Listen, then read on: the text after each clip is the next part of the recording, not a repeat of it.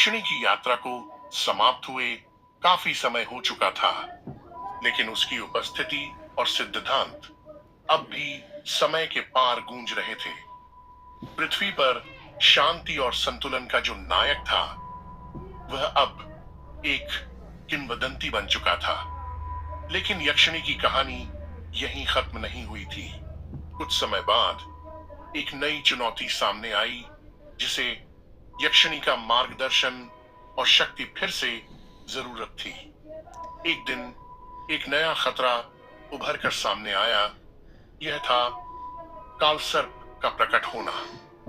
कालसर्प एक प्राचीन और शक्तिशाली प्राणी था, जो समय और अस्तित्व के बीच के दरवाजे को खोलने की क्षमता रखता था। कालसर्प के जागने से पृथ्वी पर अराजकता और समय का विकृति फैलने की संभावना थी। यह प्राणी एक भयंकर पुरानी शक्ति थी, जो कभी समय के नष्ट होने के लिए जिम्मेदार थी। इस नए खतरे का सामना करने के लिए यक्षिणी ने अपनी पुरानी शक्तियों को पुनः जागृत किया। वह जानती थी कि काल सर्प से लड़ने के लिए उसे न केवल अपनी शक्ति का सामना करना होगा, बल्कि उसे ब्रह्मांड के और भी गहरे रहस्यों का खुलासा करना होगा। राजवीर और रणधीर, जो अब यक्षिणी के सच्चे मित्र और साथी बन चुके थे, फिर से उसकी सहायता के लिए तैयार थे। वे जानते थे कि यह एक और चुनौती थी, जिसका सामना केवल यक्षिणी ही कर सकती थी। लेकिन इस बार यक्षिणी को अकेले ही इसे नहीं लड़ा था। काल सर्प के जागने से सारे अस्तित्व का संतुलन बिगड़ सकता था, और उसे रोकने के लिए सभी शक्तियों का मिलकर काम करना जरूरी था।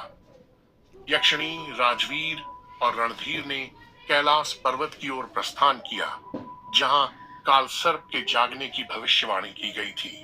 कैलाश पर्वत को पार करते हुए वे उस रहस्यमय और अंधेरे गुफा तक पहुंचे, जहां कालसर्प को बंद किया गया था। गुफा में प्रवेश करते ही उन्हें एक अजीब सी शांति महसूस हुई, लेकिन यह शांति धोखेबाज थी। अंदर कालसर्प एक विशाल काले सांप के रूप में शिथिल पड़ा था, जिसका शरीर समय के पत्थरों में जड़ा हुआ था। उसका मुख डरावने तरीके से आकार बदल रहा था, और उसकी आंखों में एक अजीब सी शक्ति जल रही थी। कालसर्प ने यक्षिणी को देखा और कहा, तुम्हारा शांति का प्रकाश मुझे नहीं रोक सकता।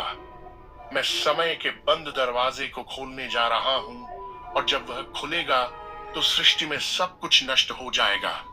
यक्षिणी ने कहा, तुम अपनी ताकत से सृष्टि को नष्ट कर सकते हो, लेकिन तुम नहीं जानते कि तुम्हारी सबसे बड़ी कमजोरी क्या है।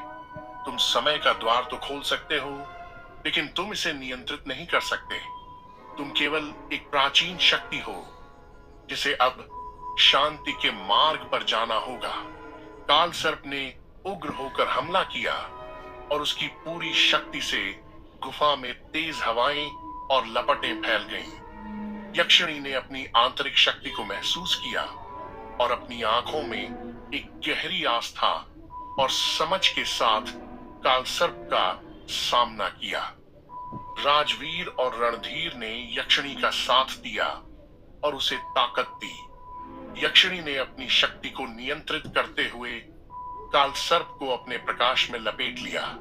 वह जानती थी कि केवल उस शक्ति से ही कालसर्प को शांत किया जा सकता था, जो समय और अस्तित्व के संतुलन से जुड़ी हुई थी। उसकी आंखों से शांति का एक महाप्रकाश निकला, जिसने कालसर्प को अपने घेरे में घेर लिया। धीरे धीरे कालसर्प का उग्र रूप शांत होने लगा।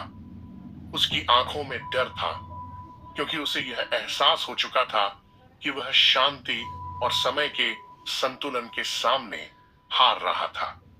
यक्षिणी ने फिर उसे समझाया, तुम्हारा अस्तित्व अराजकता पर आधारित था, लेकिन अब तुम देख सकते हो कि तुम्हारा अंत केवल शांति से ही संभव है।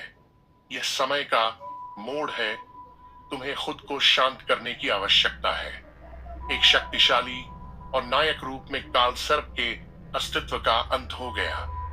यक्षिणी ने उसे शांति से स्वीकार किया और उसकी शक्ति को संतुलन में लाने के लिए उसे समय के दरवाजे में पुनः बंद कर दिया। यक्षिणी ने एक बार फिर अपनी शक्ति से समय और अस्तित्व के संतुलन को पुनः स्थापित किया। उसे अब यह समझ में आ गया था कि उसकी यात्रा केवल एक शक्तिशाली देवी के रूप में नहीं, बल्कि जीवन, समय और शांति की संरक्षक के रूप में थी। उसकी यात्रा कभी खत्म नहीं होती, क्योंकि वह हर आत्मा और हर अस्तित्व के बीच संतुलन बनाए रखने के लिए एक अनंत रक्षक बन चुकी थी। राजवीर और रणधीर ने यक्षिणी को सलाम किया और वह फिर से अपने रास्ते पर चली गई, जहां उसकी शक्ति अब केवल शांति और संतुलन की रक्षा करने के लिए थी, न कि किसी एक जगह या समय तक सीमित। उसकी यात्रा अनंत थी, क्योंकि संसार में हर समय और अस्तित्व को सही संतुलन की आवश्यकता थी, और वह संतुलन हमेशा यक्षिणी की शक्ति से ही होगा।